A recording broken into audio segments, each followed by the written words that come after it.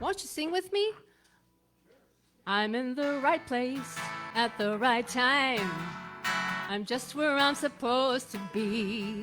I'm in the right place at the right time. I'm just where I'm supposed to be, yeah.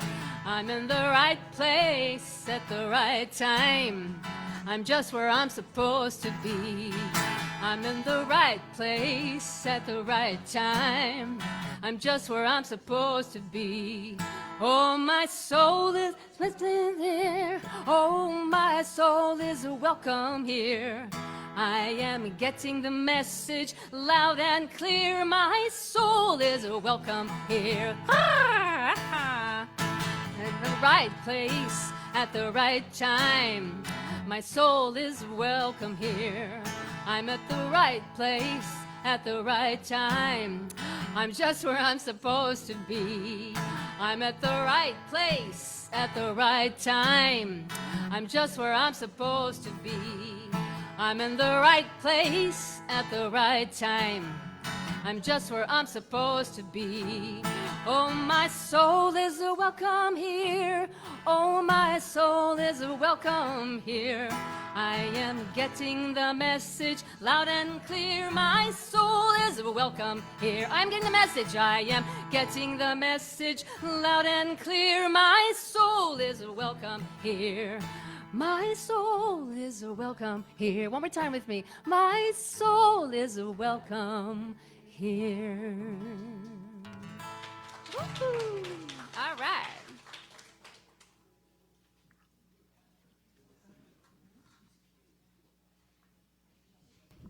Good morning. Please take a minute and stand and greet your neighbor. While doing that, please take a moment to check in on Facebook and silence your cell phones.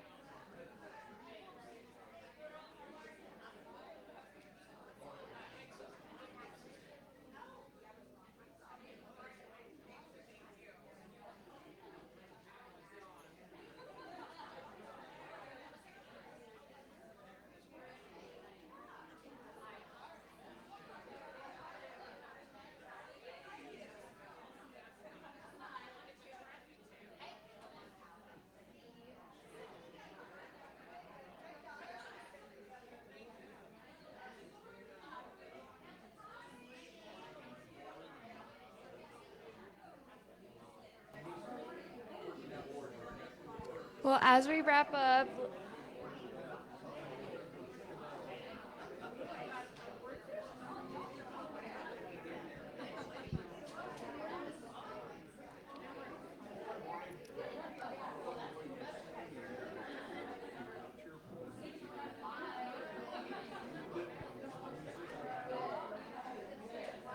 good morning. That's right.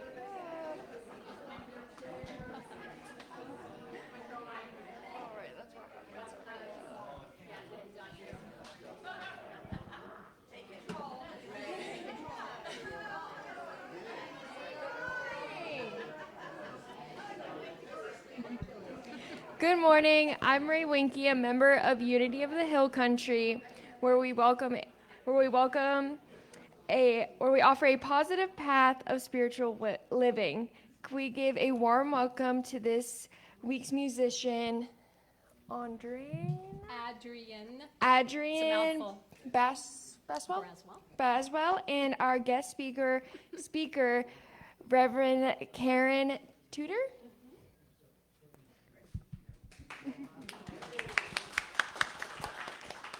Please join me in our opening prayer. As we join together in heart and mind, celebrate the presence of the divine, may we feel at peace. May we find the joy of the universe, filling our hearts with love. May we experience health and wholeness on all levels, mind, body, and spirit. The Christ candle is lit, calling forth our awareness of spirit. As the light shines, we set our intentions to awaken inspiration, guidance, and remembrance of our divine nature. May this flame remind us that the Christ light lives within us and among us. Please join me in affirming our mission statement: to live consciously, celebrating the divine potential in all, as well as our statement of faith. There is only one presence and one power active in our life and in the universe, God the good and omnipotent, as well as our vision statement. Revealing oneness in a world of universal peace, love, and abundance. Affirmation for our new minister.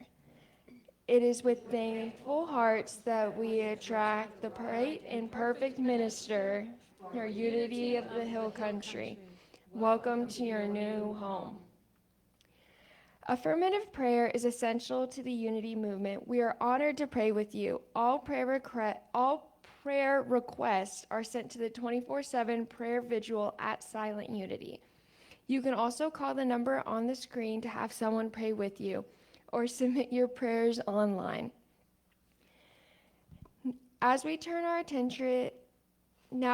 attention to our sacred prayer chest. Each name and request placed within is held in light of the divine love and infinite wisdom. We affirm that perfect healing, guidance, and peace and joy is already at work in each life. Let us take a moment and hold space for all the prayers in our congregation, in our community, and in our world. We release these prayers into the care of Spirit, trusting all is in divine order. The Daily Word has been giving the worldwide unity movement a daily prayer since 1924. We join with millions of Daily Word readers throughout the world.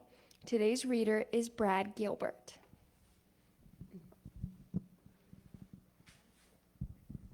Thank you, Ray. Good morning, y'all. It's a good crowd today. It is my honor to read the Daily Word with you today, and today's word is forgiveness. You will please repeat the affirmation with me. Forgiveness is my path to peace. Occasionally, I may decide that a transgression or a mistake is simply unforgivable. However, when I maintain a spiritual perspective, I realize forgiveness is key to moving on from painful interactions and is an important part of my spiritual path. Releasing unforgiveness may be one of the hardest things I will do, but I trust there will be peace in my heart and clarity in my mind when I do it. Whether I struggle to forgive another or myself, there is no judgment or condemnation in spirit. Whatever the error, the divine presence within can help me transcend it. There is no pain, no hurt that is greater or more enduring than God. This is the comfort and the promise that helps me forgive and know lasting peace. And from Luke 6:37, do not judge, and you will not be judged. Do not condemn, and you will not be condemned. Forgive, and you will be forgiven. If you will please repeat the affirmation with me one more time. Forgiveness is my path to peace. And now to Adrian.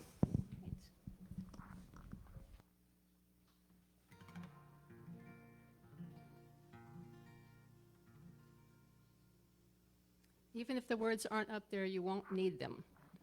Here they are. It's easy. Breathe through me, breathe through me. Oh, blessed Spirit, breathe through me. Breathe through me, breathe through me. Oh, blessed Spirit, breathe through me. Think, live, live through me, live through me. Oh, blessed Spirit, live through me, live through me, live through me. Oh, blessed Spirit, live through me. Speak through me, speak through me. Oh, blessed Spirit, speak through me. Speak through me, speak through me. Oh, blessed Spirit, speak through me. If you know harmonies, you're welcome to join in. Think through me, think through me. Oh, blessed Spirit, think through me, think through me, think through me. Oh, blessed Spirit, think through me. Feel through me, feel through me. Oh, blessed Spirit, feel through me. Feel through me, feel through me. Oh, blessed Spirit, feel through me. Sing through me, sing through me. Oh, blessed Spirit, sing through me, sing through me, sing through me. Oh, blessed Spirit, sing through me.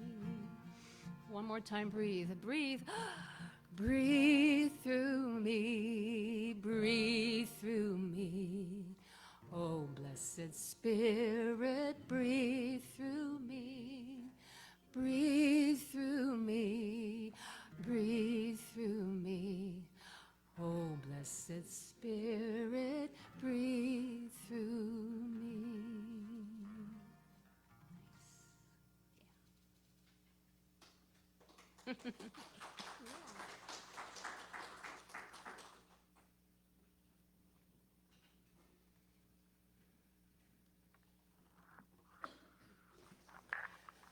And so I invite you to continue that thought of breath and breathing. That will bring your mind, your spirit, your soul all together in one place and in through your body. So let your body be that anchor, and just as you hear my words, please accept them as your own.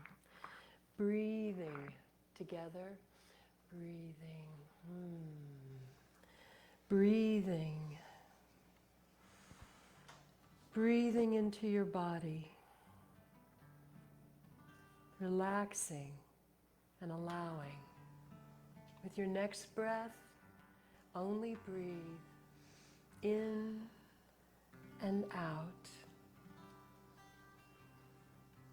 Bring your focus now to your heart center with your next breath.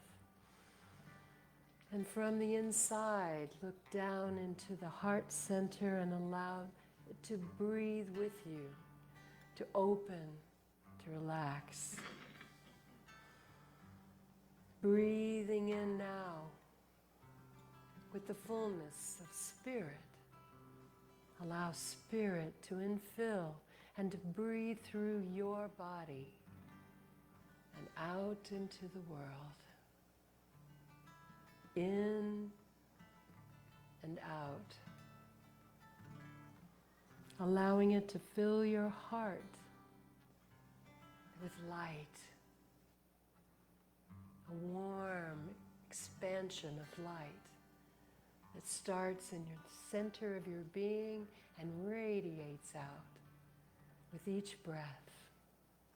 In and out.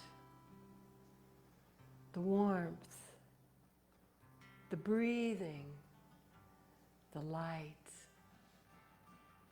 your heart pulsing with it. Feeling your heart filled with increasing warmth and light, turning into fire. Now that fire burns in the center, in the depths of your being. It is expanding an energy of strength, power, joy, radiance, life. This is who you have come to be. On fire. Who you are now. What you are here to bring to the world. Breathing. On fire. What is yours to do, even now, in this moment, radiating all that you love, all that you are. And with your next breath,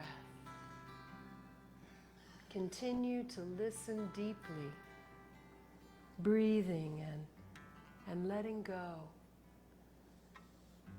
Grounded in this earth, you are here to bring forth your soul, to serve the world. This is you, here, now. And so it is. Amen.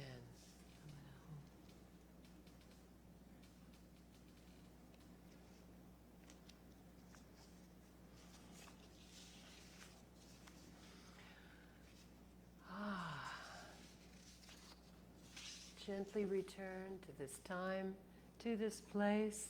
Allow yourself now to feel yourself back in the room.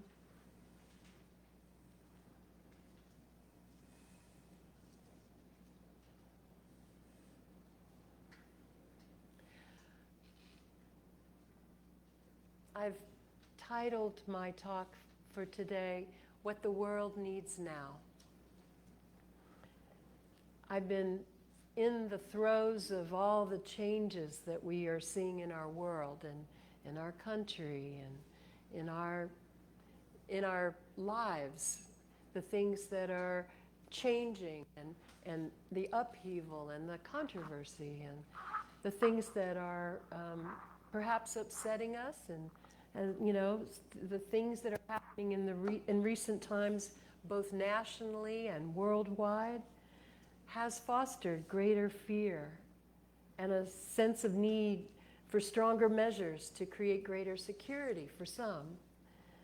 Living in a climate of fear and uncertainty, though, as we may be feeling, and sometimes just change will bring on that fear and uncertainty, that sense of not really sure what's next, right? As our national institutions and agencies that protect our health and rights, deliver services, we are sometimes concerned about what our own futures might look like, or that of others that we love. Democracy requires participation in what is happening around us. And sometimes complacency has to be broken open and allow us to realize what is important to me, and I have a voice to speak with. We're all called upon to consider what is important to us and what we value. How then shall we act in accordance with that? That is actually the calling of spirituality as well. It isn't just something we do in the outer world. It is something we start with from the inner world to bring forth what our values are, what our lives are, what our love is about. How is it, what brings me peace? I want to share that and come from that place in my life. That is my obligation. Because as we mature spiritually and heal issues in our own lives, we become more balanced and peaceful. And we become able to share ourselves authentically in service to others and to the world. We do that according to our own values, our own beliefs, our own view of what it is that we want to see out in the world. It is, in fact, our soul's purpose to serve the world with our gifts and to reach out in community with others. Service becomes a stronger drive within us than ever before, and a matter of personal integrity as we gain peace and security in our own lives from the inside out, right?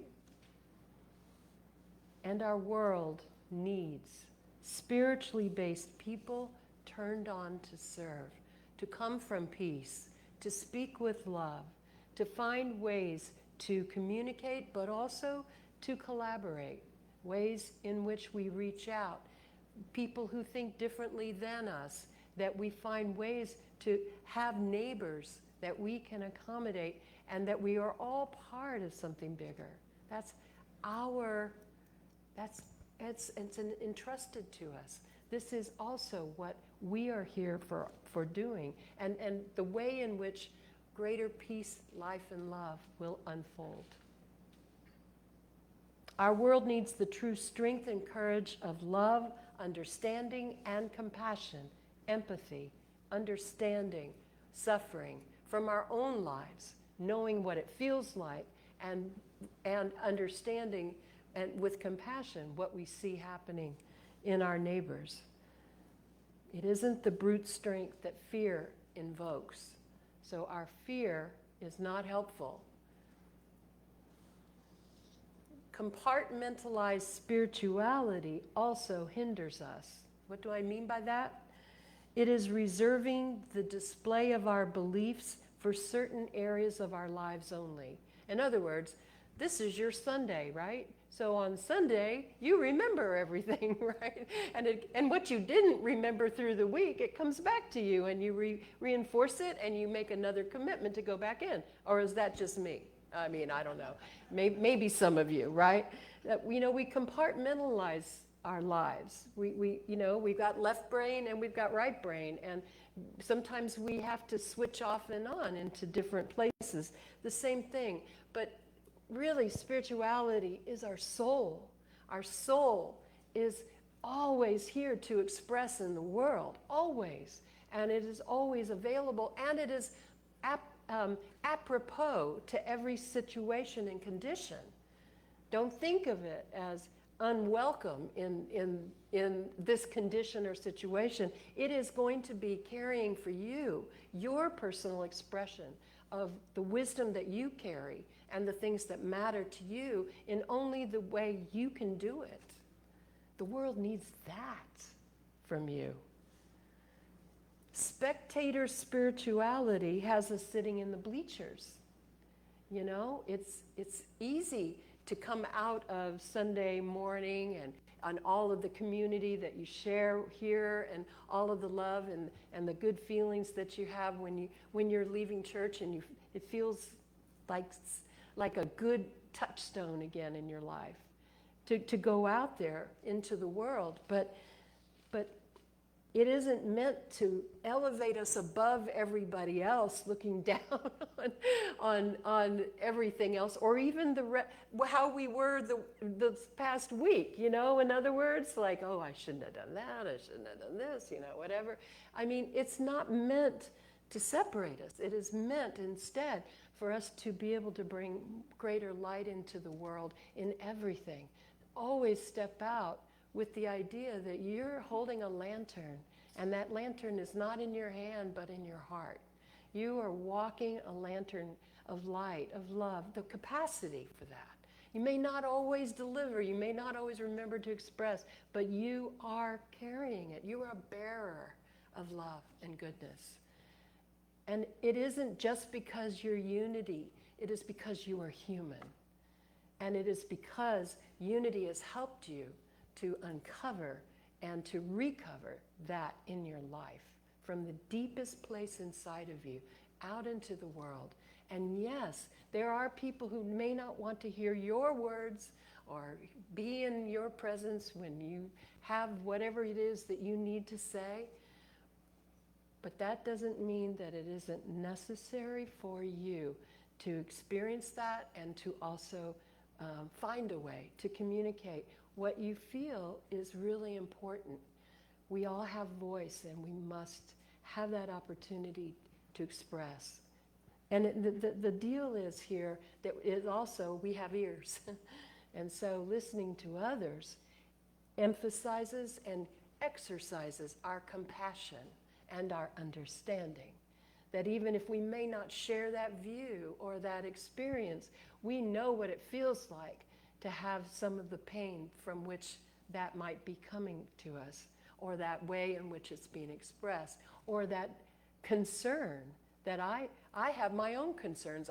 We may not match up in what we're concerned about, but at the same time, mine distress me. I assume you're in distress, and I have compassion for that, and I have some space to create around that, right?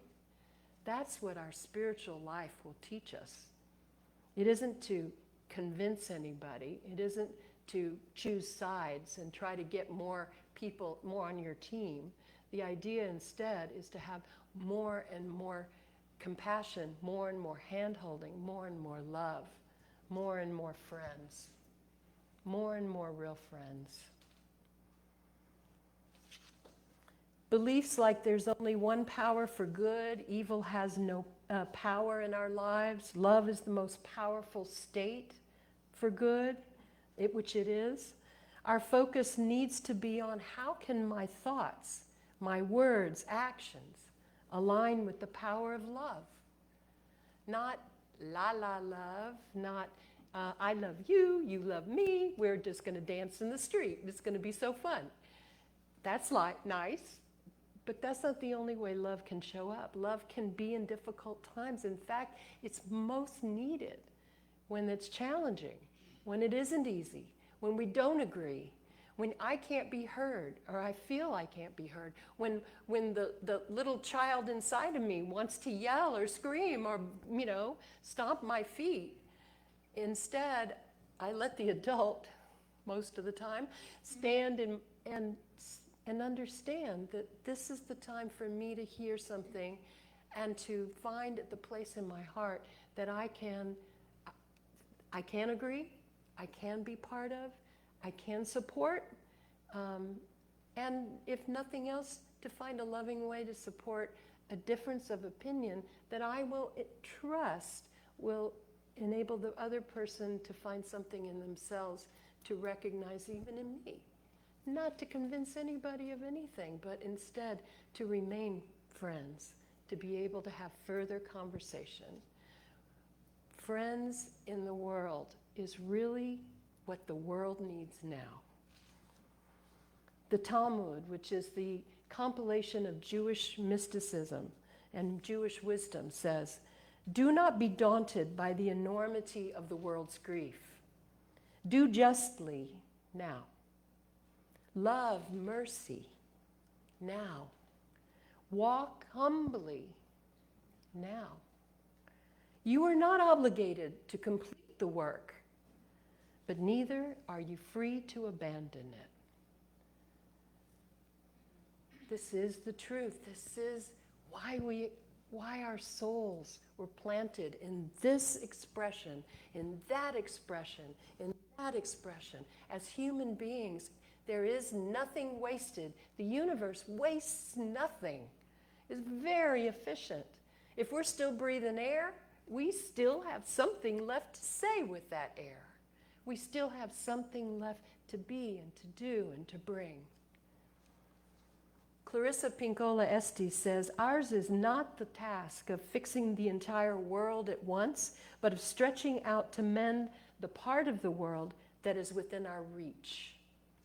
What is your locale? Where does your hand rest? Who is your neighbor?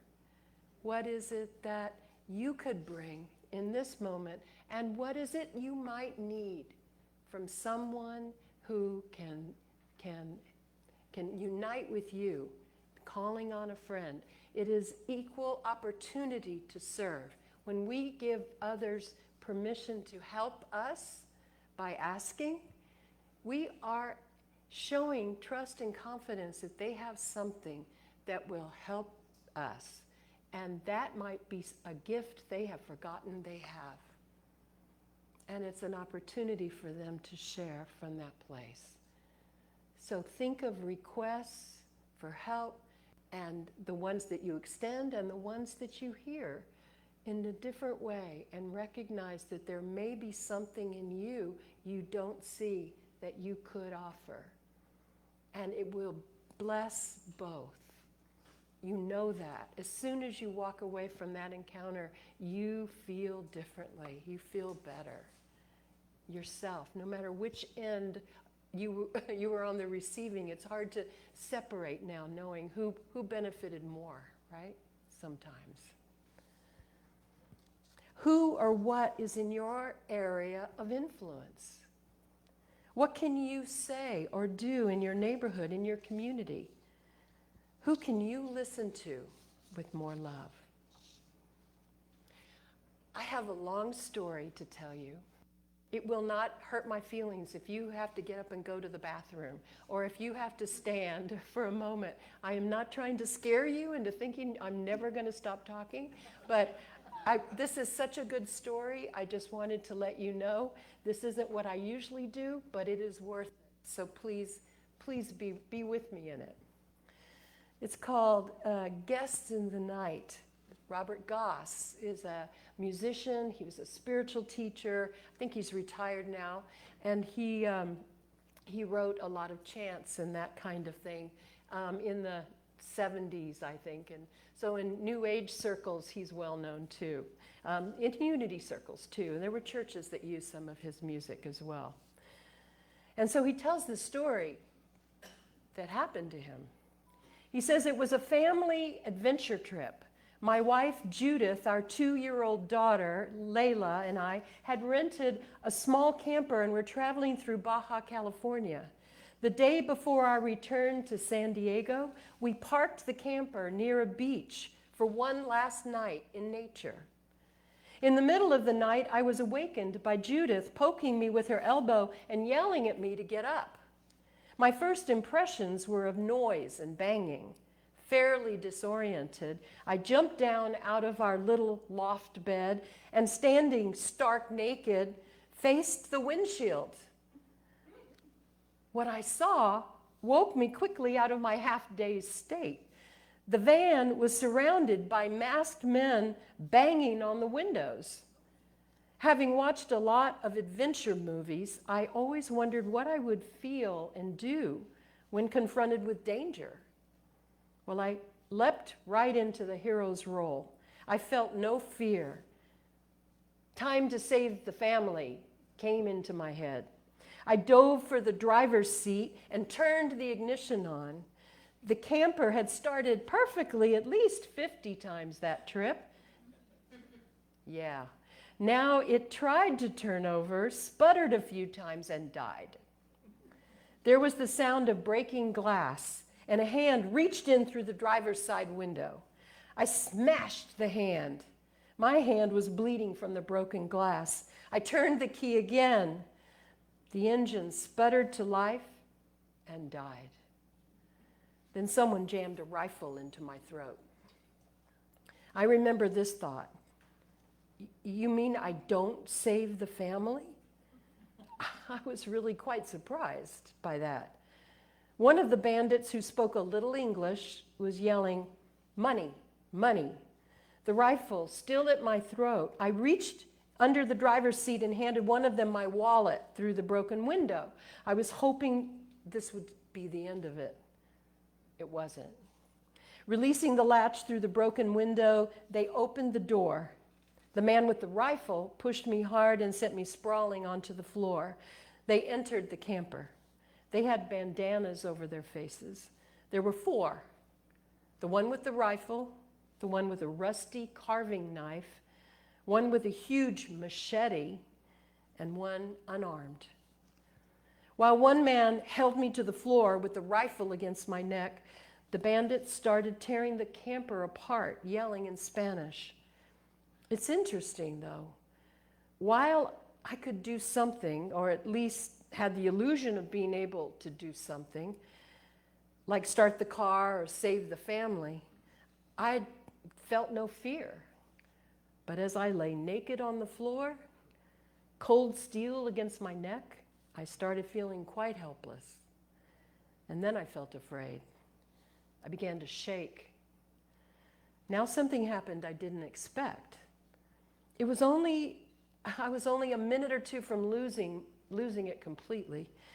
And in a fleeting shred of self-consciousness, I reminded myself that this might be an excellent time to meditate and seek guidance. I remember breathing into my heart and asking God for help. I heard quite clearly this passage from the 23rd Psalm.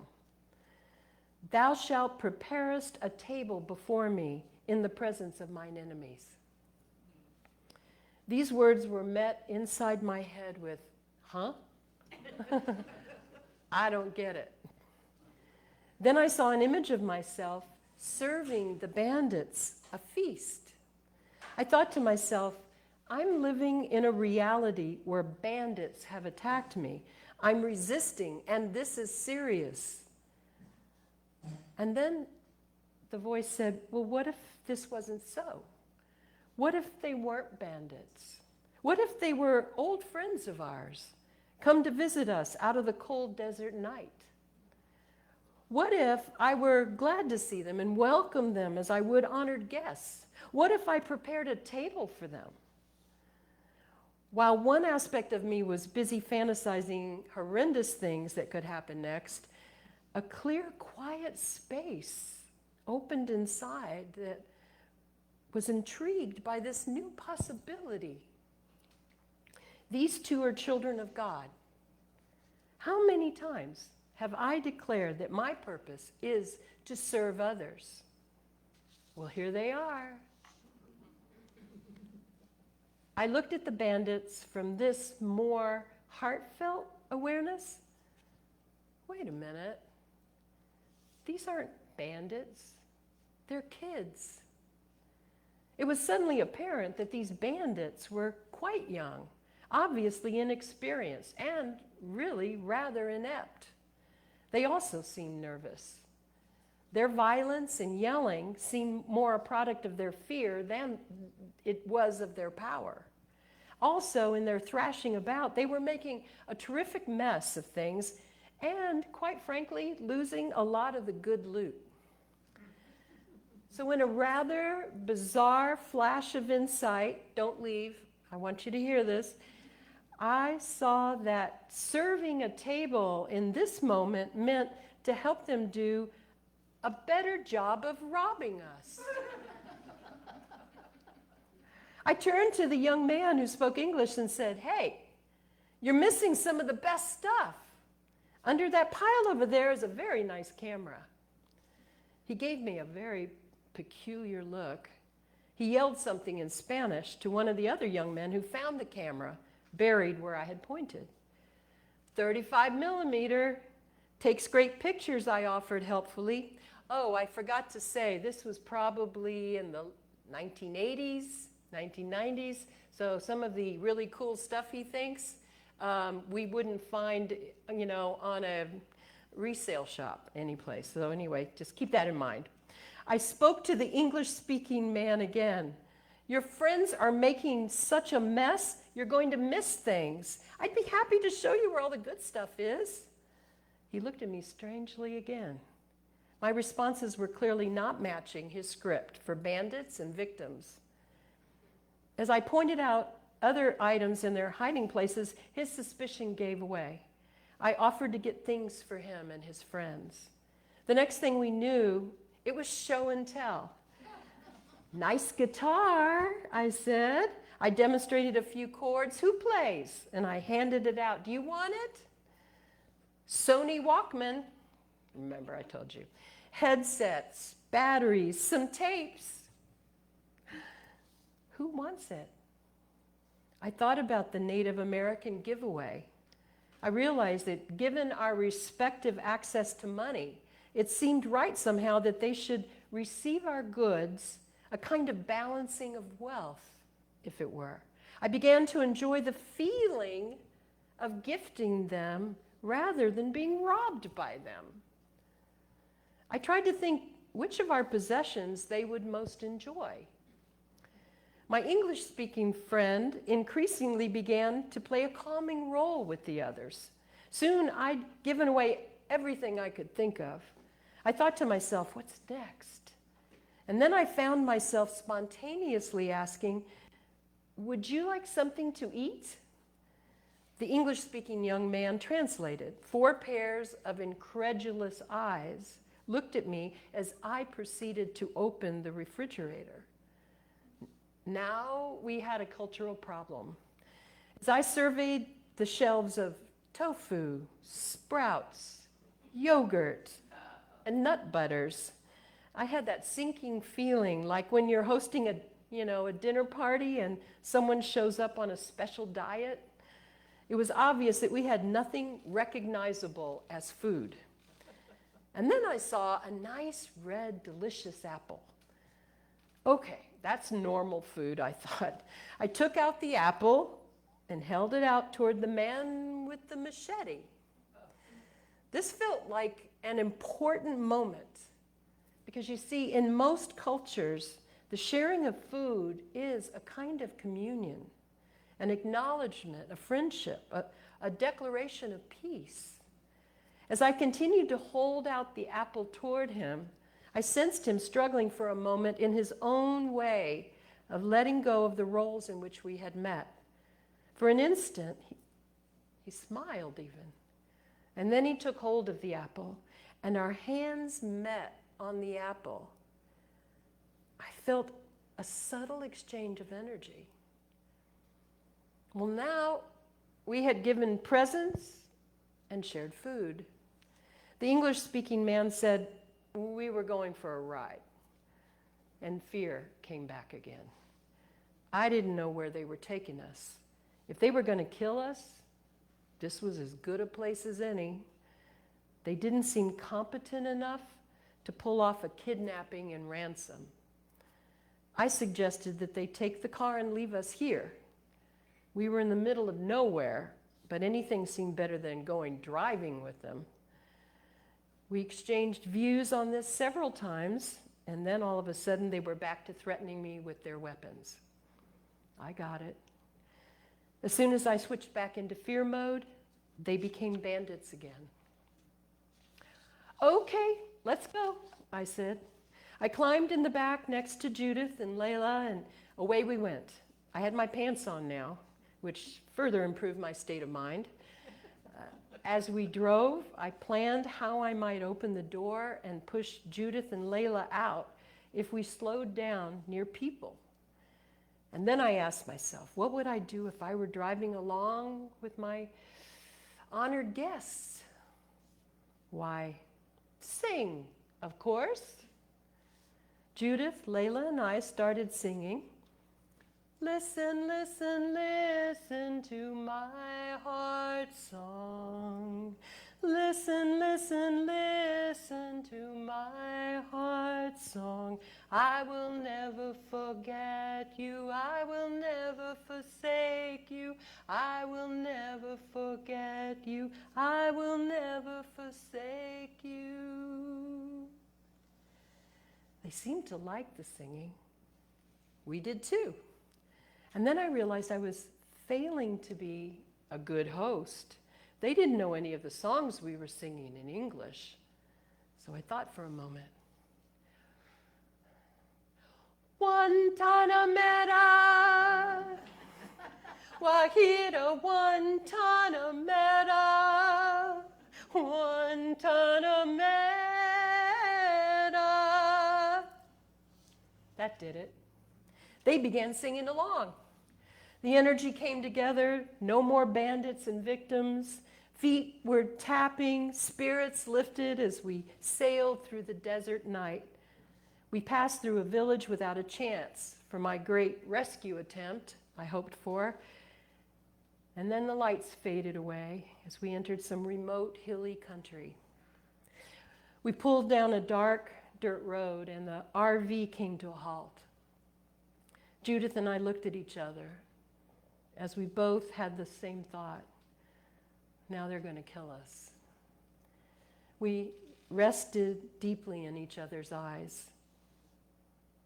And then they opened the door and began to get out. Evidently, they lived far from the scene of the robbery. They had driven themselves home in our RV. Several of them said adios as they exited. Finally, there was just my English-speaking friend, and in halting English, he struggled to communicate. Please forgive us, he said. Mis hombres and me, we are poor people. Our fathers are poor. This is what we do for making the money. I'm sorry. We didn't know it was you. You are such a good man, and your wife and child so nice. He apologized again and again. You are good people. Please do not think bad of us.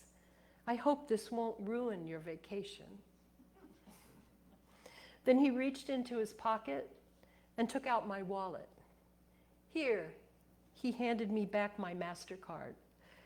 We can't really use this. Better you take it. He also gave me my driver's license.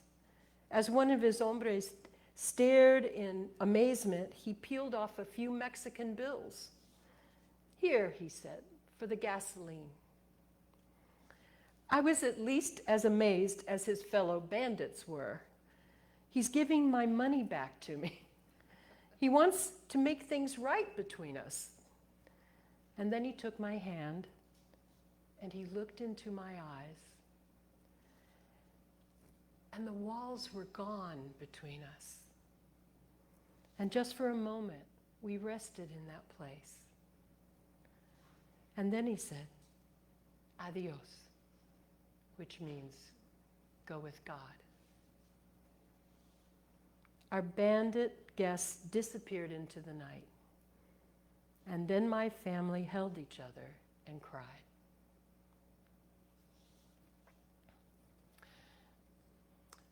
Now a disclaimer. The purpose of my telling you this story is not to imply that when you're confronted with someone who wants to rob you at gunpoint, that it's the spiritual thing to do because the minister told you to help them rob you. Unless that's what your guidance tells you. I will defer. Could this story have turned out very differently? Certainly, we know it could. But the real lesson that I hope you'll carry with you, that opened my own eyes and heart, is to be present to what is happening and who is in front of me, who is in my arena of contact, rather than whatever I most fear or the most cynical thing I can think of right now.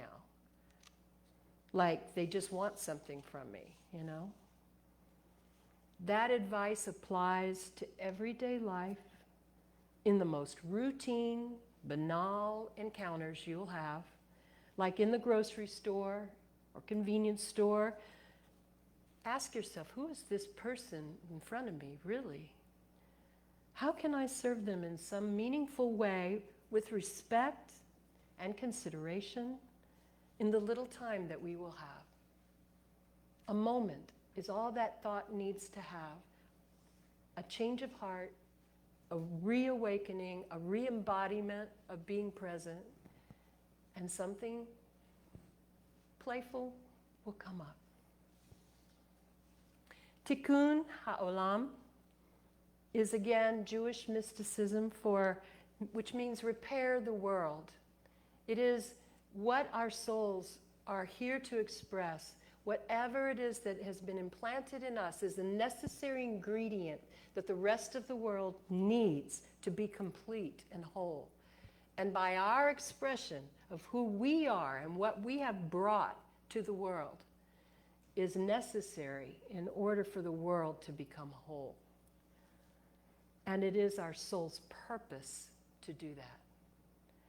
To save a single life is to save the whole world, the Talmud says. So what does the world need now? Howard Thurman answered that question. He said, don't ask what the world needs. Ask what makes you come alive. And go out and do it. Because what the world needs is people who have come alive. The world needs you, your compassion, your understanding, your love. How? Well, not with superhero qualities, but with our shared humanity. That is our superpower. Look beneath the labels and our judgments and see our neighbors, those who see the world differently than we do. Maybe even live in a different world than we do. Because after all, as Ram Dass said, we're all just walking each other home. You are what the world needs now. Please go be it and repair the world. God bless you.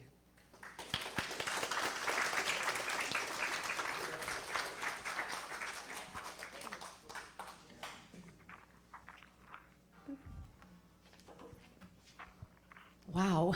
That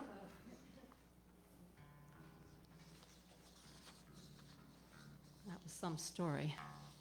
I wasn't sure I could get up and sing. I had a few tears after that one. Start with one Tana Metta. It works for One you. Tana Metta. La la la. One Tana Metta. Okay, that helped. Thank you. The la la was the part that I didn't know. I'm always amazed at how the song always pertains to the talk. I don't plan it that way. So we're just sitting. We're just sitting in glory. Sitting in glory. Sitting in glory.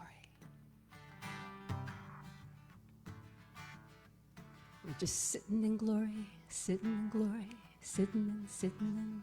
sitting in glory.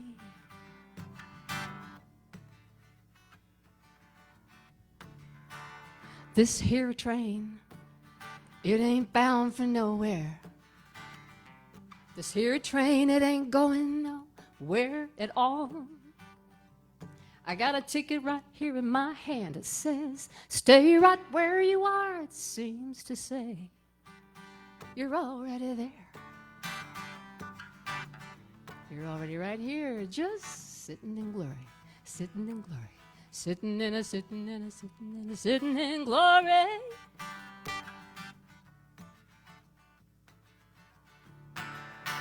On this here train, you don't need your heavy baggage. So leave behind your troubles and your trials. We're moving along without ever laying down one more weary mile. We're all just here sitting in glory, sitting in glory, sitting in glory. Now there's another train, that train that we've all been on for so long, always trying to get somewhere. Oh yeah. Oh, that other train crossed over the big wide water. That other train leapt through hoops of fire. That other train wrapped itself round that mountaintop, trying to get just a little bit higher.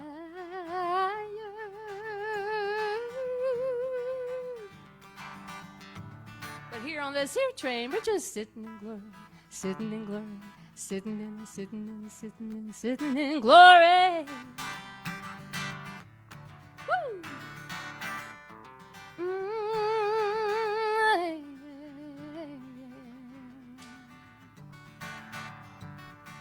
On this here train, everybody is my best friend. Though there might have been another time when there was not a one of us that ever could agree on anything. But here on this here train, we're all sitting in a glory.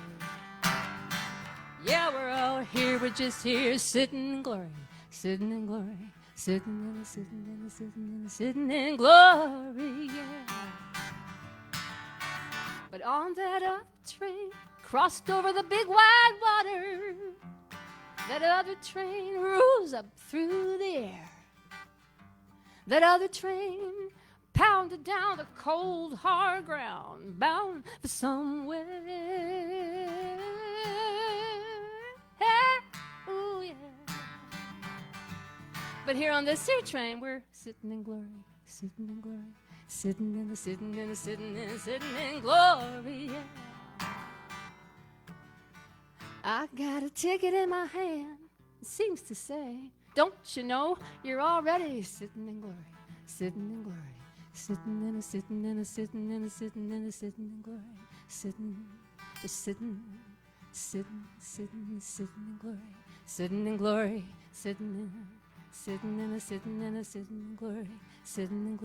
sitting. Sitting.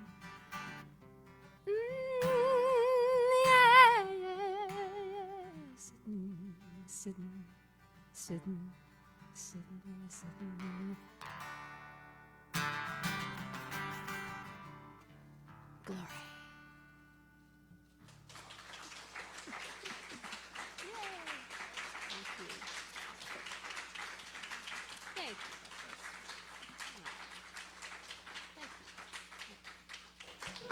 Thank you. Well, thank you. That was beautiful. Welcome, first-timers. If this is your first time at Unity, we are glad you're here, and we hope that you find a place of like-minded people and a place to belong. We teach spiritual tools that can help you no matter what is going on in your life. If you'd like, an usher can bring you a welcome packet, or you can grab one on your way out. If you are not signed up for our email newsletter, please take a moment and sign up on your way out today. Now we have an opportunity to support our spiritual cooperative as we prepare our gifts and recognize as an act of love and faith and spiritual connection.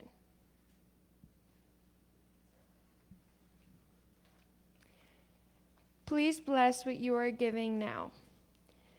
Divine love, as me, blesses and multiplies all that I am, all that I give, and all that I receive.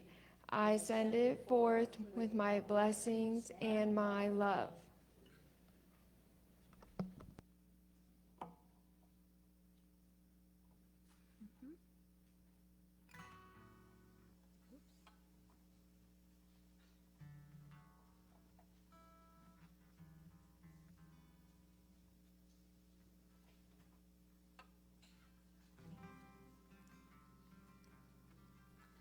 Think of your fellow man, lend him a helping hand, put a little love in your heart.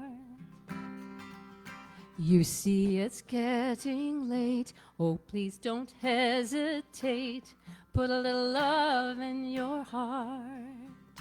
And the world will be a better place, and the world will be a better place for you and me. You just wait, go up high and see. You did it.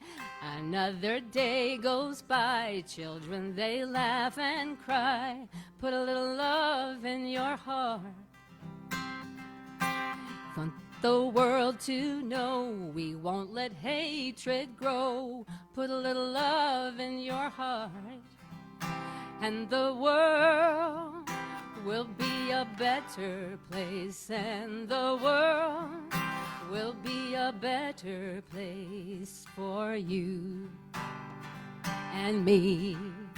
You just wait and see. Take a good look around, and if you're feeling down, put a little love in your heart. I hope when you decide kindness will be your guide, put a little love in your heart, and the world will be a better place, and the world will be a better place for you and me. You just wait and see. Put a little love in your heart and in your basket or a velvet pouch, whatever it is.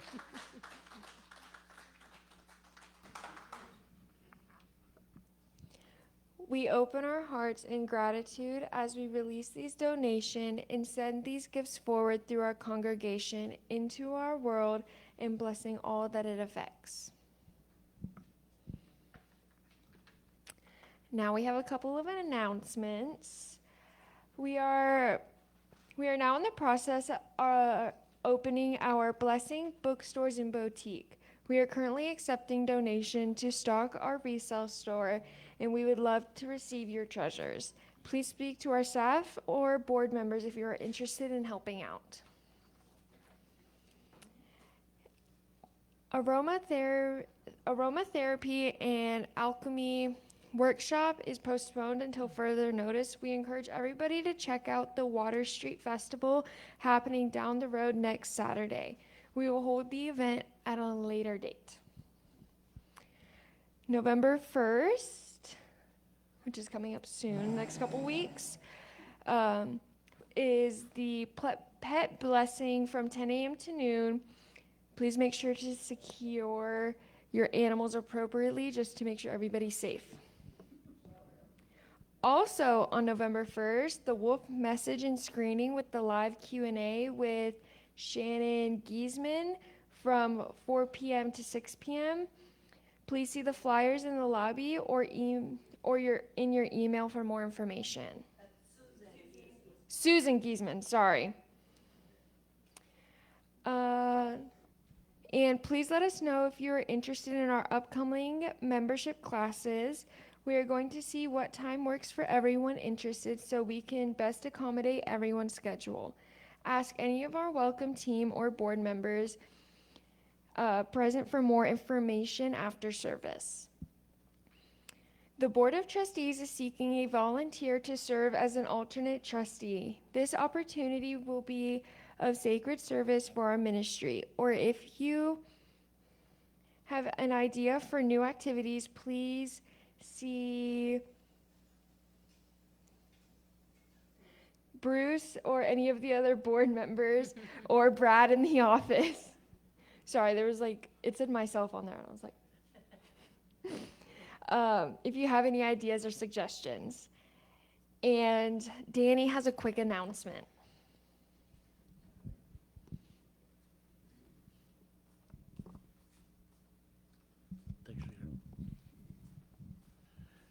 We couldn't have had a more apropos lesson than we got today. And I want to thank you, Karen. Today is the Jubilee for our sister church in Bernie, Unity of Bernie. This is their 30th Jubilee. That's great. We helped start that church many, many years ago. And Reverend Jay has been there for forever also. He's one of my dearest friends. And so I wanted to keep in mind, this evening they'll be having a Jubilee celebration for all the members of their church. And they are an outshoot of us, and they are doing so well. I'm glad to be able to announce that.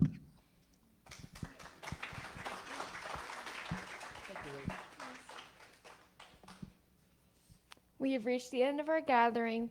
Please rise, circle up, join hands, and sing the priest song in our prayer for protection. All right.